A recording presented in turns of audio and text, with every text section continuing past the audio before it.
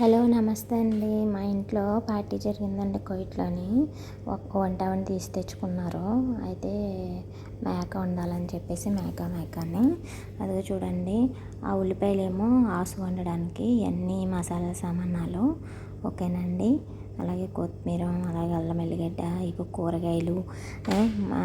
ఇక్కడ మరక్ చేయాలి దాన్ని. మన ఇంటి దగ్గర అయితే ఆంధ్రాలో అయితే కూరగాయల పులుసు అంటారు. ఓకేనండి. ఇదిగోండి మేక చూడండి ఎలా నీళ్ళు వేసి ఉడకబెడుతుందో. ఓకేనా. మేక నీళ్ళు వేసి ఉడకబెట్టింది.